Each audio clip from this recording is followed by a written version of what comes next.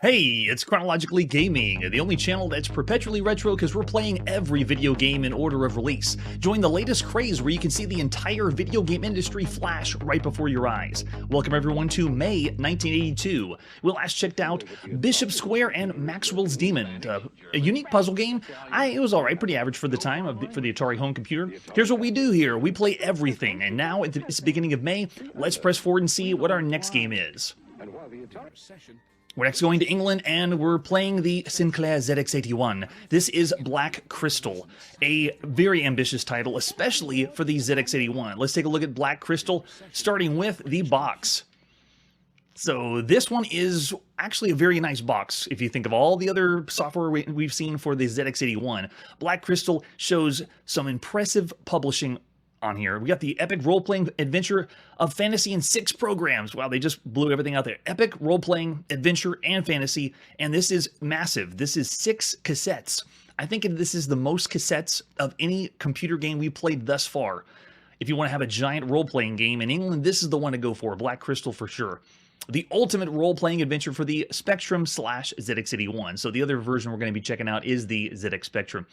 This has an original Carnell software adventure in the Third Continent series. And when I look up the series, I only see 2 things in the series, so it's really not a trilogy of games.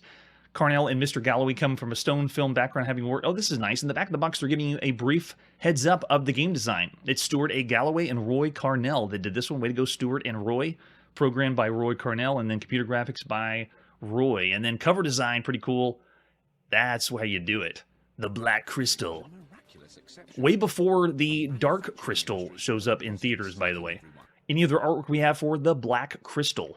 So there's the example of the box, and just a screenshot. So nothing else there as far as advertising, but we do have the manual. It is a lengthy one, so we'll try to go through as little as we can, but it is a massive game. This is a really big role-playing game, and one of the best ones you could play in England, at least the newest one that you can check out. So if you first see this part, they're giving you a diagram of all cassette sides, A and B, and what maps are played on each one. So this is like a reference. I need to get to this area of the fantasy world. Which part of the cassette do I flip over? They don't even tell you how it is mapped out, because I guess sometimes you get a cassette and it's not going to be the same map for a certain location. This is where you make the notes of what you're going to be playing. It's crazy. Yeah, right? So I don't know how many other feelies they had in this one. I was only able to get the manual and then show a few pieces of artwork, but it seems the kind of game that would have a lot of things inside. So then we go to the next section of the diagrams of how to move around in the game.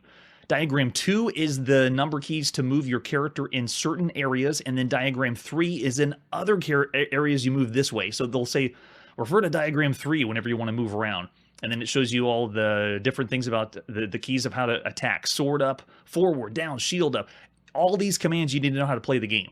So again, essentially Dark Crystal is like the Valley that we checked out a few episodes before on steroids. It's kind of the same idea as far as combat goes and how you move around the world, but even more complicated. I mean, look at this. All those keys for what you do with your sword and shield, and then magic, and then all your physical, spiritual strength, all that stuff is here. Very, very detailed.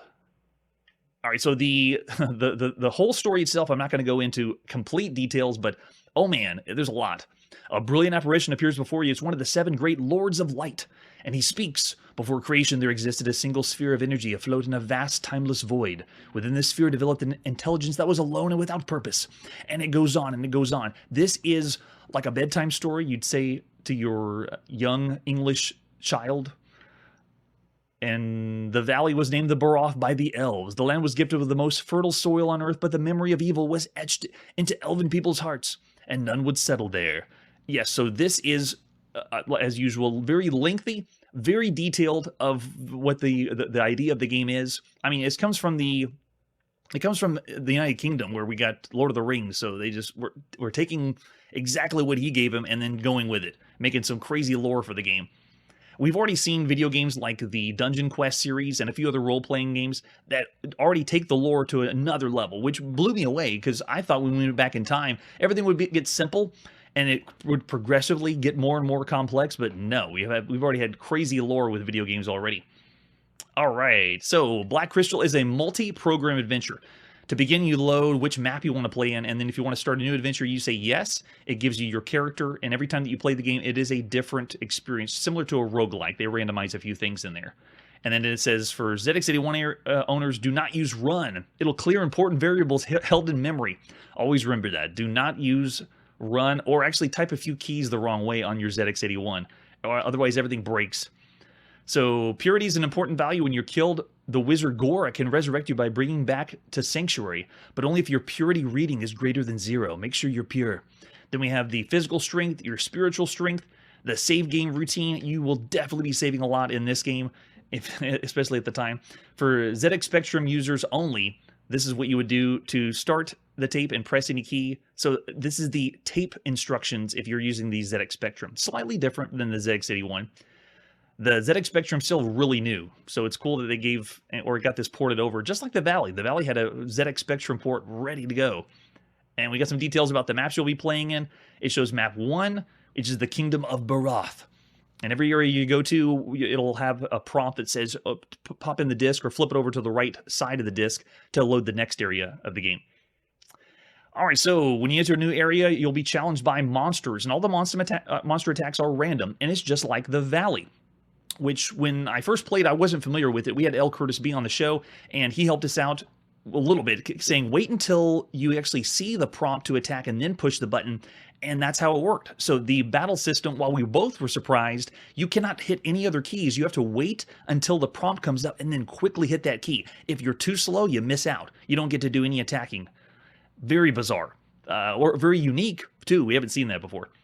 All right, so they break down the different maps and what you'll likely encounter and how you need to respond. So if you're challenged by a monster, if your token stops, look at the bottom of the screen and you have to read the text. The monster battles are real time and you have to be quick. Computer doesn't wait for you to respond, and you have to hit the keys Q, R, U, P, L, A, and they say go back to that diagram up there and tell you how to take care of it. So P allows you to swerve, keep your fingers off the keys until you've decided which key to press, which I didn't believe that. I was spamming as fast as I can, and it doesn't work. The game knows that you're spamming, and you have to wait until the dialog box comes up. And then Spectrum owners have the added feature of an audible warning, so they have sound. That's right, because the ZX81 has no sound. And then map 2, which we won't get to, but you can see how long this game is. Map 3 and 4, the Shaggoth Slayer. Map 5, the Temple of the Fire Demon. Sounds very similar to Dungeon Quest and the Hellfire Warrior. Then we got map 5, the Tower of Barath. Rest the evil black crystal, where we must destroy it, or something of that nature. Yes, right? It is very similar to that Dragon's Lair, like QuickTime event. We saw that also in the Dunzin, or the Warriors of... Oh, man, now I'm racking my brain, because we had another roguelike that had the same idea. Quick, push the key as fast as you can, and if you're too slow, then you miss out. QuickTime events are already coming to haunt us. All right, so for different locations, you have different instructions for how you move around. So depending on where you are, like if I'm in the Sea of Sand, I have to look up in the manual diagram 3, and that shows me where to move. And then we have the Underground Swamp, the Gold Mine, Bridge over the Abyss, Room of Pits, Lord of Chaos, and the Black Crystal. So every single area you get to, what would you do without the manual? you wouldn't be able to get anywhere. You'd have to look at the diagram of how to move, and then examples of how to attack and what happens with that area. Very helpful. Glad we got the manual. Thank you, Carnell Software. And then we close with a character I don't think we're playing as. Maybe he has the Dark Crystal. We need to go get him. I like when the manuals put in artwork inside. It's pretty nice. All right, let's pop in and play The Black Crystal, released in the beginning of May 1982 by Roy Carnell and Carnell Software. We're going to England. Now, the ZX81 is I like to play this one first because it's going to be the black and white, no sound version. Do you want to start with a new adventure? Yes, we do. I didn't push it hard enough, I guess. Yes. There we go, yes. Are you male or female? Last time I checked, I'm male. And are we a warrior, elf, or wizard? Now, I didn't break this part down, but we're an elf. Going elf. So the screen's broken up, similar to the Valley. You have the graphics at the top. Bottom of the screen shows you your commands and what's happening. We are represented by an asterisk right there on the right side of the screen. Looks just like us. And we have to refer to the manual. What's the numbers that we push? Just to give you a reference, this is the keyboard for the ZX81. You'll be using the cursor keys or the number keys to move around. So this is us moving left. Oh, there we go. We're in the spiritual forest. I'm going to see if I can make it to the castle without being killed. A flying lizard swoops down at you. All right, its talons tear into your flesh. Wait, I didn't get a chance to... and it drops and swoops down and feeds on your... Oh, okay, and then just resets us back to the beginning. I guess my purity's still okay, so it warped us back. It didn't prompt me when to attack, though. All right, so I'm going to refer back to the manual. Am I supposed to attack as soon as it says someone's coming? Let's see. Q is... Q... What? Why are they referring to Q? R? I'm looking at my keyboard. Is this something special with the ZX81 and the ZX Spectrum keyboard? Because Q, R, and U aren't near each other. All right, we'll just give it a shot to try our sword with Q, R, or U. Thanks, manual. All right, going to the left. Asterisk moving to the left. Okay, we're set. We're good. Moving to the left again. You see a troll? Get him. Sword up. Moves forward to attack. Jabs its sword forward. Oh, its sword pierces our chest. And we're dead again. We're back to the beginning. We're dying even faster than we did when we played a Calibeth. All right, let's go to the left again. I don't think I got a safe way to travel. This is the only way to go. And every time you move, something random is going to happen. We moved it further than we did before. Oh, we see a forest dragon. Can we run? Quick, go, go, go. Oh, the forest dragon crushes your skull. Man, this game is brutal. You can't even get very far before you die. At least in the valley, they had this safe path you could take. And if you stay on the path, you could level up, which we didn't follow those instructions very well when we did it on a live stream. But they gave you something to work slowly toward, because if you cross the valley, then the big enemies show up. But now, no, we got a centaur attacking us. Sword up, quick. Jabs its sword forward. Man, and also, I don't know for sure if, because of the emulation, playing these games are really quick. Whenever we played the Valley and we had to put a key command into attack, you had to go really fast. So the same with this, if you're not fast, it's going to just go right to the next screen. And I don't know if that's because we have some of these systems kind of overclocked or a little bit faster than usual, just so we don't have to wait too long on cassettes loading and so forth. So I'm wondering if that has to play into, when you played this in 1982, it wasn't as quickly as what we're seeing now. I can't even make myself... Oh, let's go south again. I don't want to just travel straight west. Nope, flying lizard, quick. Talon tears into your flesh. Gosh, yeah, it's so fast.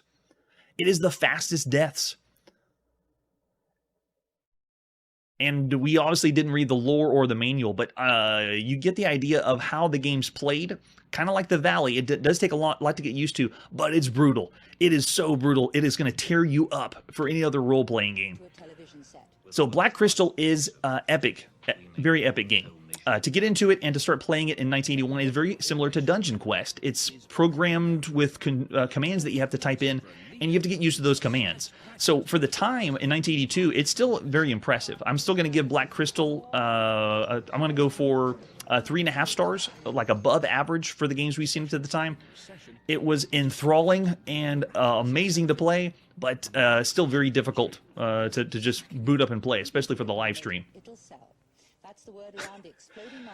Oh yeah, right? If you think that's unfair, man, the games are going to get so difficult. All right, so after that Black Crystal, let's go to the very new ZX Spectrum and play Black Crystal. Over on their left side is the computer program, which is displaying on televisions all over the United Kingdom right now, getting everyone into computers. Let's program some games, let's have some fun, and let's see what Black Crystal is like on the ZX Spectrum. So starting with the box.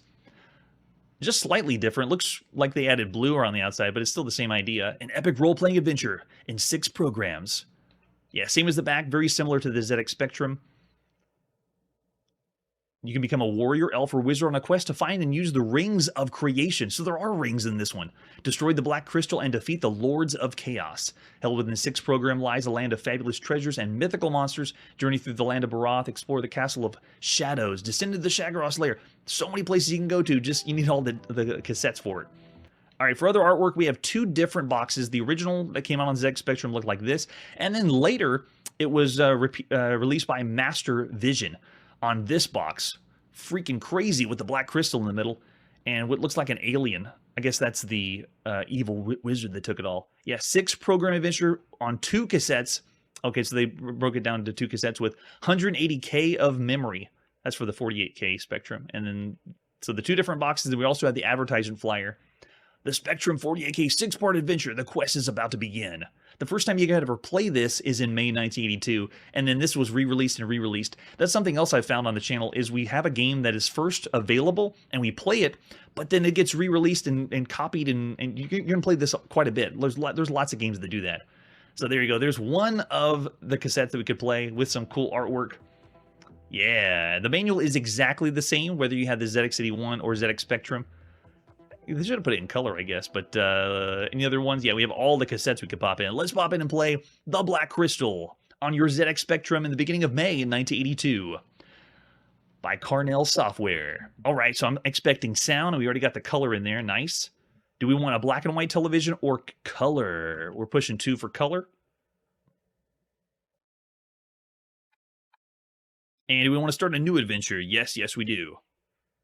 Are you male or female? I'm still male. And we will go, let's go warrior. We were getting beaten to death as an elf. We'll see if warrior does better. It's essentially the same game. We're all going to have a little nuances, like a little bit of color and a little bit of sound. And the one we're loading up is the 16K version of it. So that's why you can see we're getting the draw in. I believe when you play on the 48K Spectrum, it goes a little bit quicker. And also, when we played on the ZX81, it was pretty fast. I'm going to wait for the entire world to load. At least the overworld to load. We're waiting this long for it to load, and we're going to die in about 5 seconds. That's the Black Crystal. Welcome to England in 1982. The game industry in England is starting small, kind of like Japan is, and we're playing everything, even computer games. So we're seeing the industry slowly develop and get higher and higher up. And we also have the bloat happening in North America with lots of consoles, lots of computer systems, lots of competition. And so it's cool seeing both sides all at the same time here on the show. All right, we're in. We're still in asterisk. All right, let's move to the left. Oh, we're going, yes. Oh, we can move a little faster. Sound, yes. Flying lizard, tear him, kill him. Did he just kill us that fast? That was even faster than it was in the ZX81. Oh my gosh. I think that was 3 seconds and we died. So again, I'm the asterisk moving through the forest, nice and careful. Every time you move, it's random. Forest dragon moves forward to attack. Tears. Oh, I'm still too slow. It couldn't have been this fast in 1982. There's no way it was this fast in 1982. Go, go, go, go, go. Oh, see, I can't. See, I did it too quick again. I'm spamming it, thinking that's going to help, but it does not. You also have to think you're playing on the chiclet keyboard for the ZX Spectrum. So you as far as hitting the key, it's not going to make a click sound to let you know that it's... Oh, wait, it raises its sword above his head. Okay, good. Go. It brings its sword down. Troll crushes your skull. Okay, I thought we had a chance there. It is a role-playing game, and so you would want to spend the time in the manual, practicing, learning all the commands, and knowing what would be the best to use. And at this point, this would be a game that you would be sharing in the schoolyard with your friends. You know, what did you do to attack? And they say, well, I didn't use Q. I didn't use the sword. I used shield first and used defense, and then attacked after that. So, yeah, lots of nuances. But I do notice that it's changing my title. Now, I'm now Jester. I think I began as, go, go, go to the desert. Yes. I'm in the plains. Oh, someone's attacking. What is it? Fire dragon. Move forward. And see, I pushed the button at the wrong time again. If you hear the clicks in the background, it's because I'm playing on a modern keyboard, but this would be on the chiclet ZX80, ZX Spectrum keyboard. So you'd be hearing nothing. There'd be no sound at all. All right, so another brutal undertaking of the Black Crystal. I'm still going to go, for all the games we've seen to this point, 3.5 stars. It's still above average. Doing color and sound really wouldn't bump it higher than that. It's still an impressive title as far as detail, how long you could play, but we played a lot of role-playing games, different role-playing games, and I could just go above average for the usual. It's an impressive attempt to give you a lot of content, that's for sure. All right, so after Black Crystal, let's see where we're going now and what happens.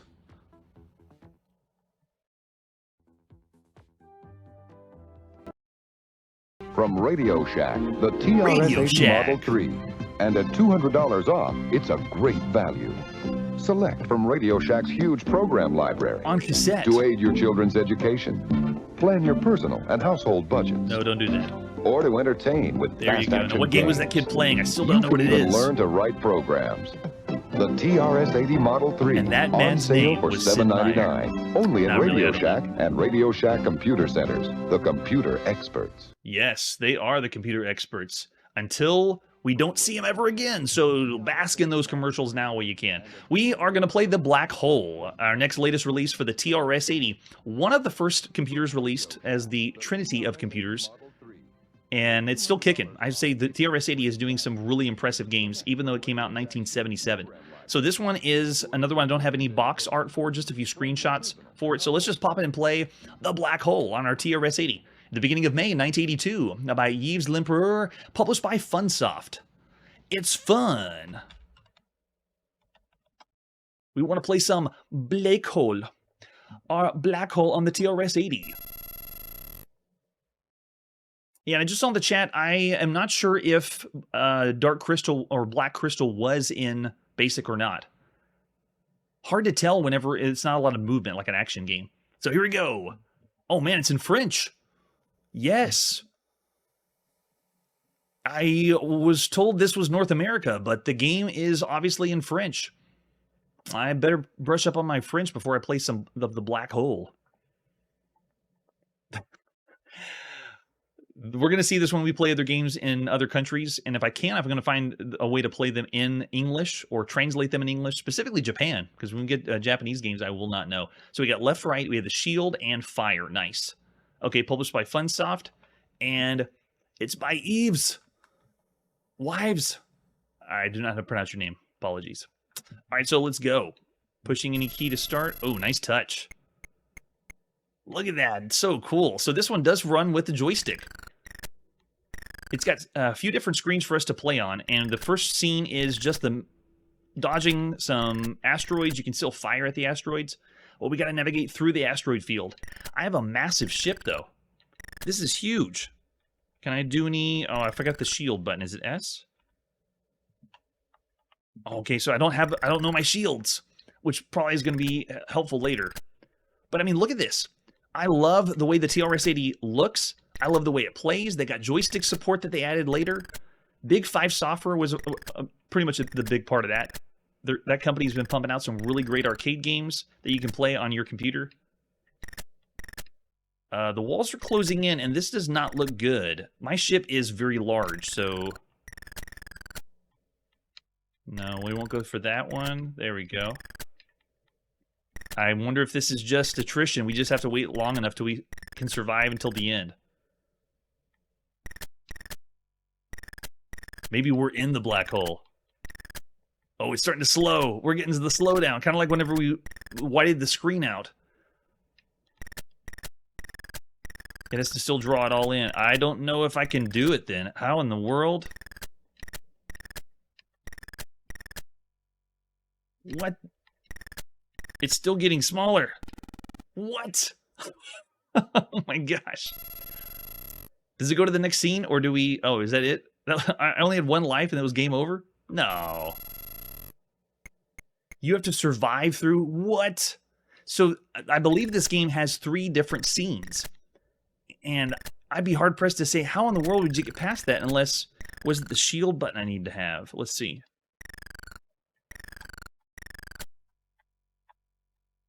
Yeah, if we need to, we'll go back to the option screen and tell us what key the shield is. That's the only thing I could think of to survive that, because it just gets smaller and smaller.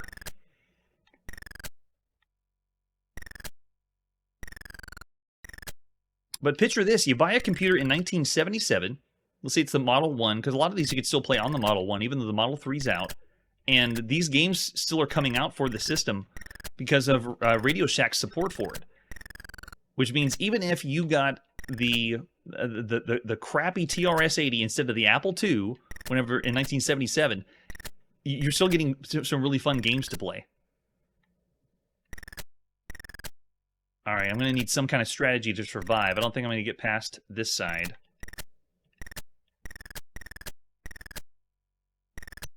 You do get some points racked up, and I haven't tried touching the sides. I think it was an asteroid that killed me last time.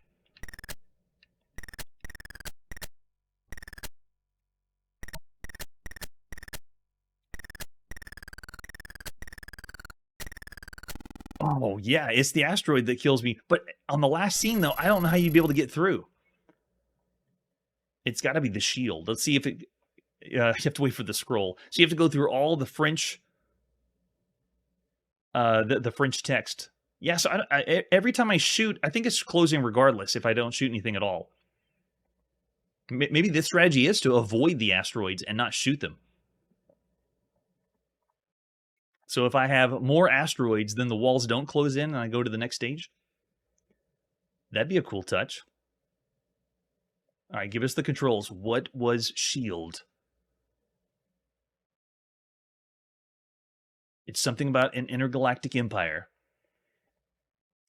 And we have to take them out. There are other extraterrestrials out there. Your mission is to destroy the creature. Possibly, yeah. That's a good point. This might be from Quebec and be Quebecois rather than in Europe and France. Okay, so shield is... What? Oh, at the same time? Okay, I see. Go. Let's try that. So that means both movement keys have to be pressed at the same time. There it is. Okay, so there's our shield. So it's essentially moving left and right at the same time. Now I'm going to try to avoid asteroids. And it seems to be closing in the exact same speed whether I shoot asteroids or not. But at the top of the screen, I have a number 29. I don't know what the 29's for.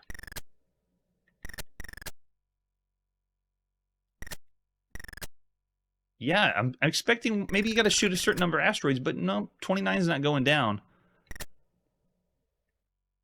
And regardless of what I shoot, the walls still close in.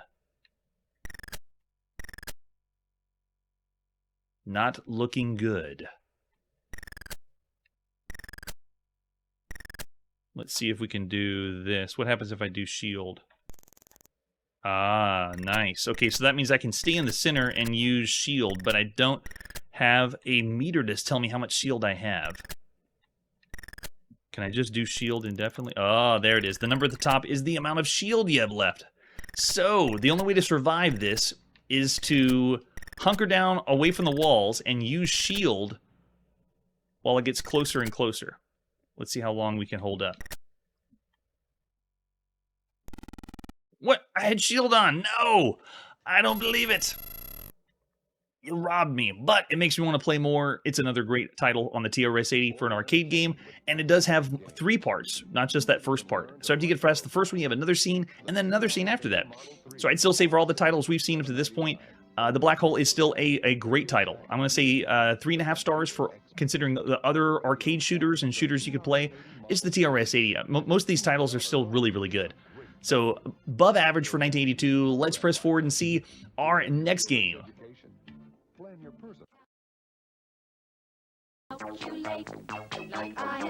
It's time to play the Commodore VIC-20. I love this ad. They had to have hired ABBA to sing this because it's up there with the William Shatner ad.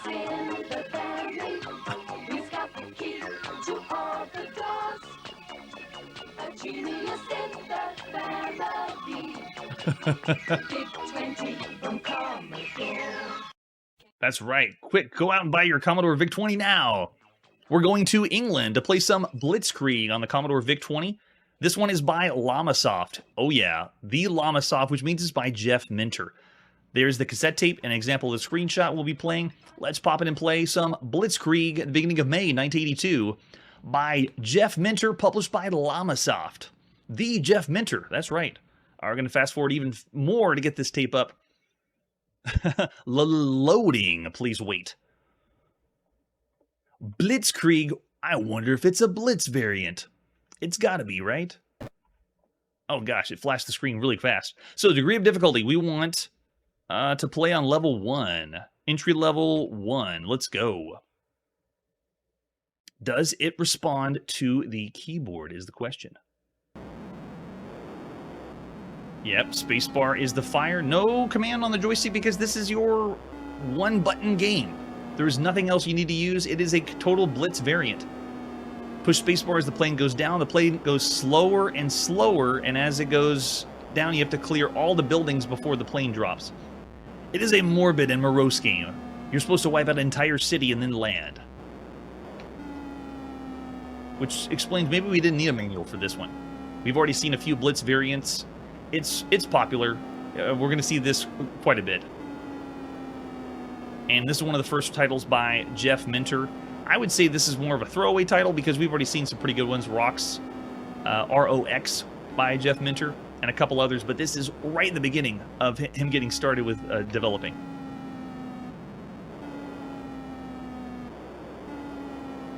Nice sound effects in the background. And it's very relaxing blowing things up because all you have to do is just time the bomb and that's it. But you can see I'm getting lower, so if I don't knock out these taller buildings, I'm going to crash into them.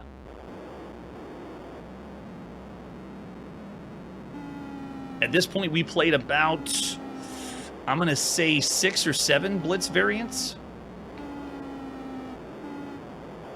Oh, it's not...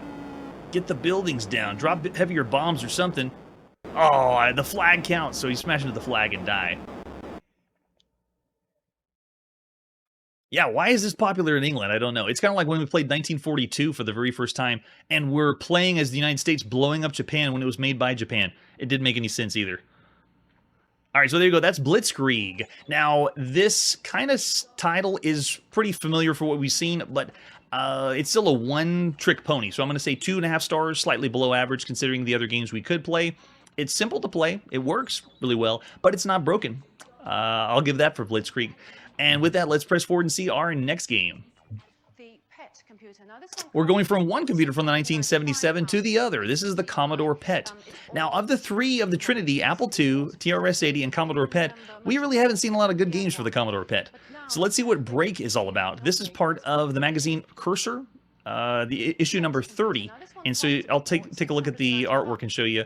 This was taken from the magazine, and this was all type-in games. So we're going to be playing Break, which you typed in from Cursor magazine. Published by Codeworks.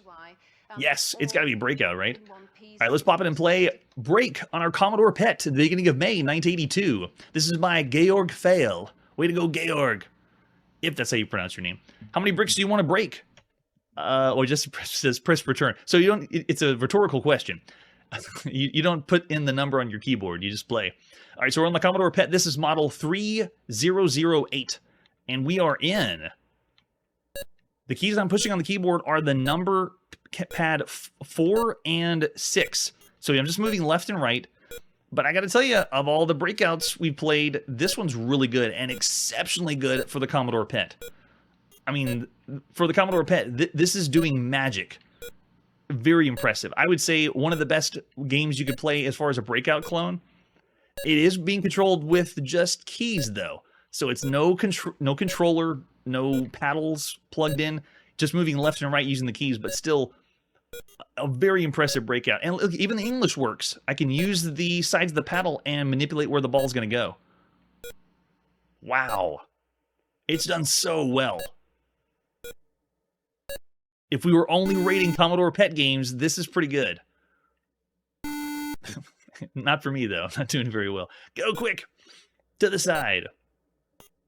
So it is just Break. It was just a type-in game, but what a type-in game for the Commodore PET. This is awesome. If you're hard-pressed to play some Breakout and all you got is a Commodore PET, this is the way to go. That's awesome. And just for fun, I like to break the system. It's broken. Yeah, way too well. Okay, so for Break... I actually could say it's average for the time, for 1982. I could even go higher than average. The thing is, what's your mileage on breakout games? How much would you willing to invest time and call it a good or fun game? I'm going to go 3 stars for Break. If we consider every other computer that you could play at the time and other breakouts that we've checked out. But for Commodore PET, though, wow, that's awesome. So 3 stars for Break. And with that, let's press forward and see our next game. All right, we're back on the Arcadia 2001 by Emerson, at least that's what you called it in North America. Let's take a look at Breakaway on the Arcadia 2001. So this system's fairly new. This is what the ad would be like a little bit later in the life cycle. Gaylord's has the hot new TV video game, Emerson Arcadia 2001, for under $100. Just $99.94, plus this free Alien Invader cartridge, regularly $29.95. Imagine all of this for under $100. You gotta go where the go-getters are. You gotta go to Gaylord's. Well, now I'm not thinking about Arcadia. I'm just thinking of, we got to go to Gaylord's, quick. All right, let's take a look at Breakaway on the brand new Arcadia 2001. This one is a reconstructed box, but you get the idea. It's doing what Intellivision's doing, Atari's doing. They're trying to enter the market and putting a footnote, but this system only lasts about a year, if you don't consider all the homebrews. Let's flip it over on the back. Another one that has the words cut out. Breakaway is a breakout clone. It's not as good as the Arcade or Atari 2600 versions. This is obviously not from the back of the box. No one advertises, this isn't as good as the 2600 or the other breakout clones. It's a shortcoming because you have to use the, okay, yeah, it's not a real box. Darn. Where's the scans for the actual Arcadia 2001? Let's see what other artwork we have for Breakaway. Just the game cartridge, and that's it for Breakaway. We do have the manual, though. An actual scan, yes, by Emerson. Even got some artwork for you. Yeah, let's bulldoze those blocks. It's obviously going to be Breakout, though, right? All right, so what the game is all about is 16 different games plus additional options, making 64 possible play combinations. Think of the combinations we played on the Atari console and the Intellivision console, so it's not super impressive. We'll see what happens. And how do we play the game? It's 1 or 2 players. Oh, can we play at the same time? Push the reset button and select, and you have various games. Now, if you're not familiar with the Emerson Arcadia 2001, it has buttons on the console just like Atari. So you have the select button, start button, and so forth. So you do the same thing you do on most consoles at the time. It also has, when the game boots up, it does like an attract mode like Atari, and then you hit reset to play. So you push the option button. Oh, there's also the option button too. Until the desired option is obtained, available options are described under options. Then you push start. For all one-player games, you use the left controller disc to move the paddle as required to block the bouncing ball. The game is played according to the game selected option. Okay, there's 2 paddle speeds. Slow is the normal speed. Oh, that's true. The Arcadia didn't have the paddle. There's no paddle for this, so you have to use the joystick that comes with it.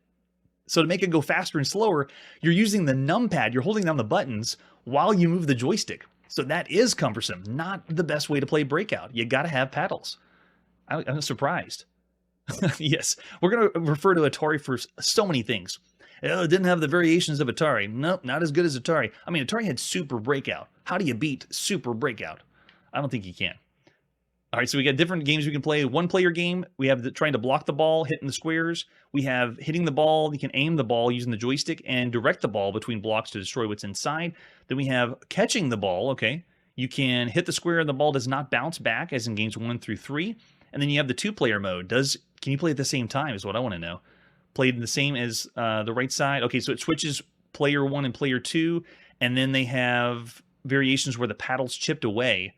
So yeah, lots of options. And then we also have the size of the paddle, if we change the options, and whether it's invisible or not, reduce paddle size, and then scoring. Got to break all the bricks, get the score down, and then games 5 through 16, you have the point values for all the different colors you can break away. And then, what is this? Different game instructions? Breakaway for the MG311. What? Whoa, cool artwork, though. That's Breakaway. The MG311, that's one of the names of the Emerson Arcadia in other regions, but it looks like it's still all in English. I wonder if this was Europe. Yeah, there you go, with a screenshot. Okay, so Breakaway, it's 2 manuals in 1. Sweet. How do we plug it in? Oh, nice. They even have drawings. That's the cartridge. Pop it in. Nice.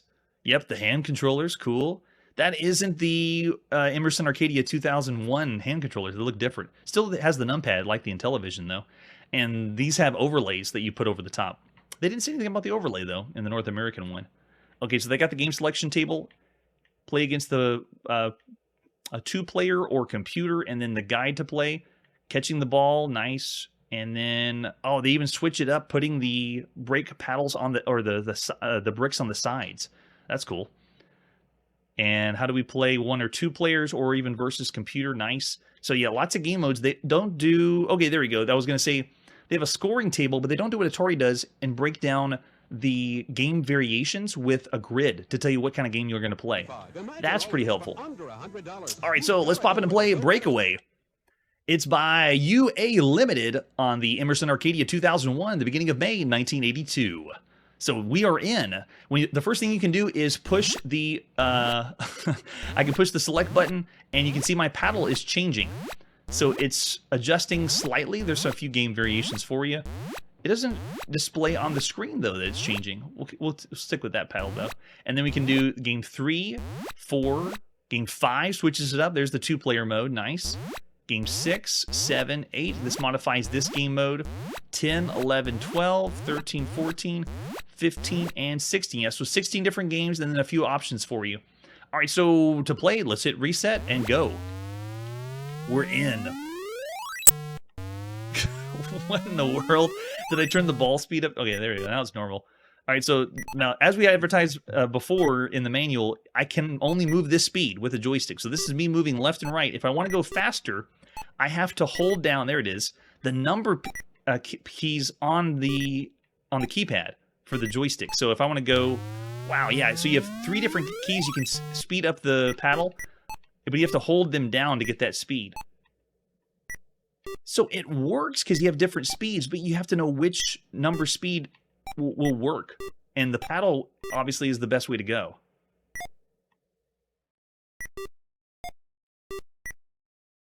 And we just played this on the Commodore PET. It's kind of weird playing a Commodore PET computer game and then the latest, coolest way to play on a console.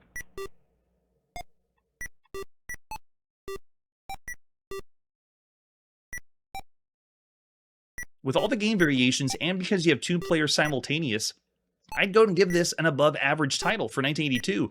The thing, though, is the controls. Because it's not controlled with a paddle and you have to hold down one of the number keys to adjust the speed, I don't know if I can say this is average for the time.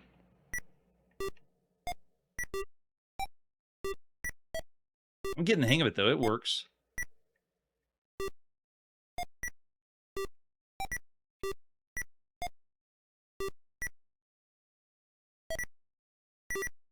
Yep, there we go. Yep, I had to speed up the paddle, so you have to hold down the button to speed it up to the side. All right, let's try a different game mode and go with game... Let's try 5 and see what it's like.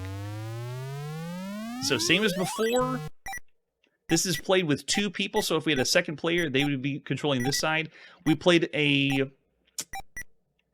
I'm not doing very well either. We played a game on the Commodore VIC-20 called Skibberines. That was pretty recent, and it has the same idea. Flipping it on its side. Wait, why isn't it responding to the... Am I supposed to catch this? There it is. There it is. I was wondering what was going on. So, I thought this was pretty unique, flipping the control to have it competitive breakout, which is a nice touch. And Skibberines did this on the Commodore VIC-20, but now we're seeing it on the Emerson Arcadia, so that's pretty nice. Don't have a guest with me or another player in the room with me to play, so it would look, you know, like no competition here. At least that's for sure. So the latest way to play a ball and paddle game on the newest console.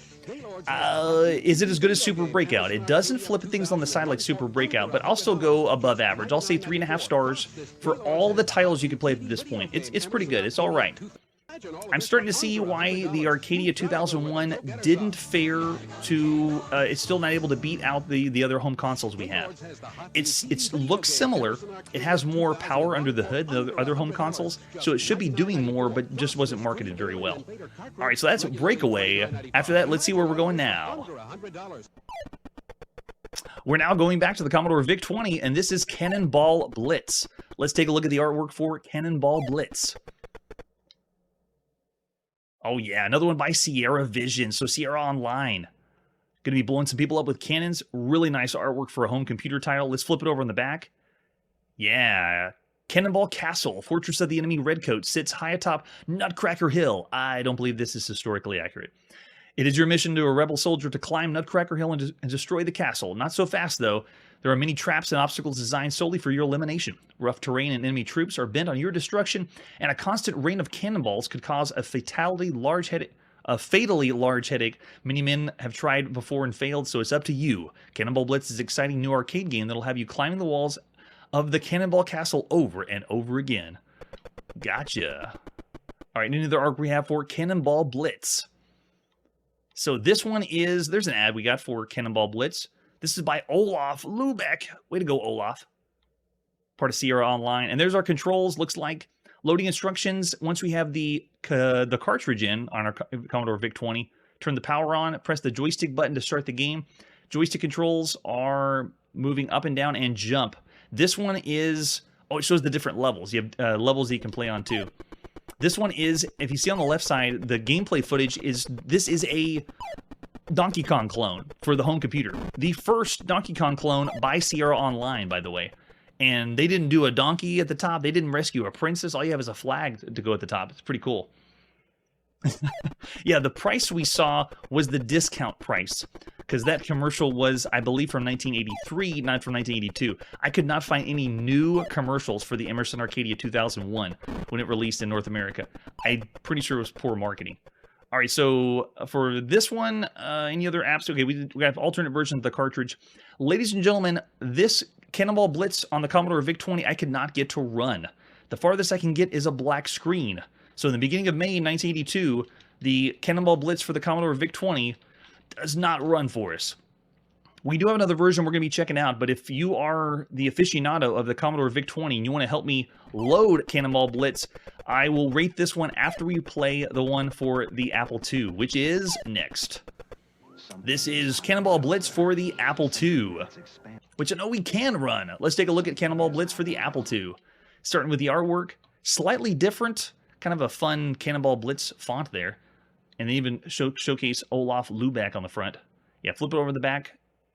Same, very similar to what we saw on the Commodore VIC-20. With the advertisement flyer. Oh, that's a really nice one. Still showing online systems. I'm curious to know with online systems, we've seen Sierra blending in with Sierra Online, and they kind of go back and forth. Sometimes we see it as online systems, sometimes we see it as Sierra Online. And it's hard to determine which point they just said, nope, we're going to be online systems. Yes, let's make it looks like a historical battle sim. Doesn't this front of the box look like we're playing something from SSI? But no, we are definitely not. There we go. We got a screenshot for it. And we used to even have the manual on the Apple version. So this is inside the flap. As soon as you open up the box, it tells you how to play the game. You can either use the keyboard or joystick. And there it is, the joystick control on the Apple II. And it's just move down, move around and jump. We can even define our keyboard keys if we want to. We are the, what does this say? We are the that guy. And your mission is to capture and destroy the enemy, that thing, and the flag. But don't give up their flags easily. They send on a barrage of bombs and stuff designed to give you a terrible headache. They're using symbols. To aid you in your quest to the enemy's flag, and you can use the bomb or the ramp or the seesaw to help you. I think that's what it is. On the second screen, your mission is to make holes in the platforms all the way to the top of the screen and knock them out from under the enemy. You, which is that symbol, must cross over the trapdoors to make a hole. Beware of the cannons. They can be destroyed with a hammer. With enough skill, you can jump them. You may take advantage of the many obstacles to help you to the top. So this is a multi-screen game like Donkey Kong. On the third screen, your mission is once again to capture the enemies and flag, or the enemy's flag. This time there are elevators to assist you. You're allowed 3 headaches, and then the game is over, or 3 lives. Oh, that must be us whenever we have a headache. We have pluses over our top. Nice. So scoring is first and second level scoring. Got to get to the 3 screens and enjoy the game. Thank you, online systems. I love you so much. Let's pop it and play Cannonball Blitz at the beginning of May 1982 by Olaf Lubeck, published by Sierra Online. We got our Apple II joystick in. We're ready to play some Cannonball Blitz, the latest Donkey Kong variant. Is this going to fade in like every other Apple II game? It's not. They're doing something new. That's the way to go, Olaf. Whoa. So cool. That's the presentation we're looking for. Look at this. Animation and a cutscene in the beginning. And it still looks like a simulation. Wow, that's awesome. Okay, so keyboard or joystick. Let's go J for joystick. We're ready to play.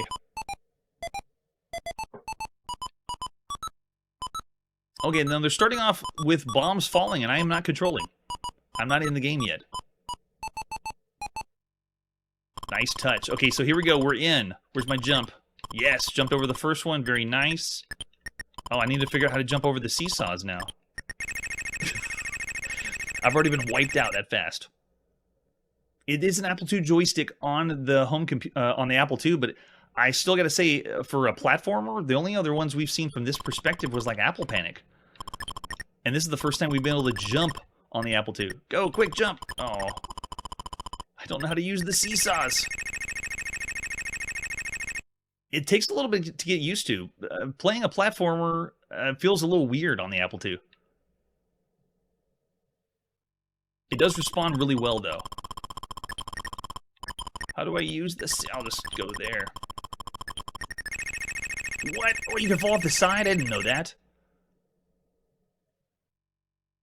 We have seen some games that have fall damage, and it scares me that we already have fall damage that soon. Oh, is it already game over? 3 knockouts and that's it? I'm going to try J again. Okay, yeah. So you push J on for joystick, and it starts you off on a new game. Gotcha. So the Cannonball has to help launch you over the top? So as soon as the Cannonball falls, I need to be standing there. Let's see. Oh, that wasn't fast enough. Jump! I've tried to rush in. Let's see if we can do it a different way. You have to wait for all the cannonballs to roll down. But I like that they changed it up. It's not using ladders like the other Donkey Kong variants we've seen. Oh, I'm going to miss that one too. Again. Jump! What? My vertical leap is not very good. Roll him down. That's it. This means I just have to get to the top where the enemy is, and that's it. Just move there, and I got it.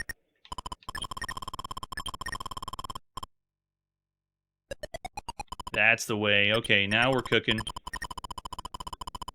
Make our way across here. Should be right there. Oh, drop. Yes. Okay, so it's random on if they drop through or not. Let's see if... So that one could drop through the panel and land on her head instead of the other way around.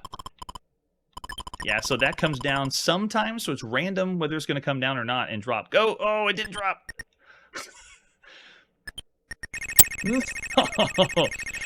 So it is obviously Donkey Kong variant, but there's no ladders. It's pretty cool that they changed up the formula using the seesaws.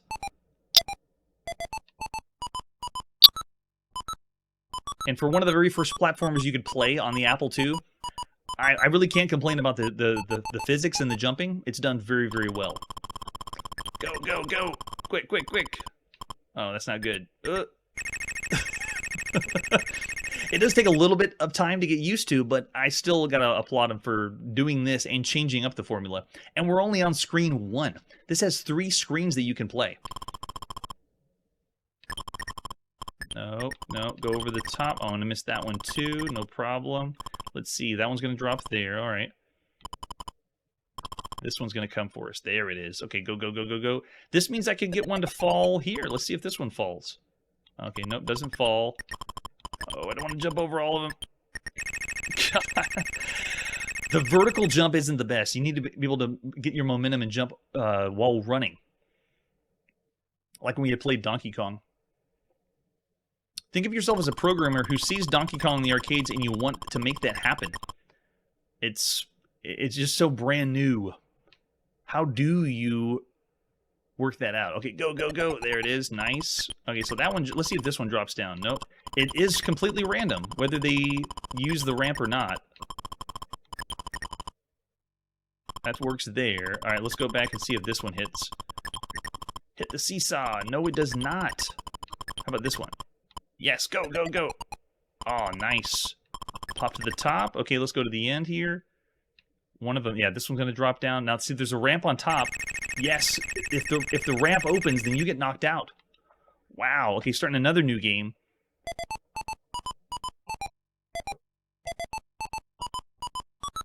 This is a lot of fun for 1982. While I'm not getting through the first screen now, I want to continue to play, and I want to see what the next screen is. I want to get better at the controls. I love how it encourages you to try something different. And at least this screen does. And I want to see what the other ones do, different than Donkey Kong. All right, let's pop to the top. Drop, drop, drop. Yes, got it. Got a good one there. Let's see if this one... Oh, it dropped on our heads. Which means we start back at the beginning, and you have to... There's no checkpoints, obviously. This scene is the checkpoint.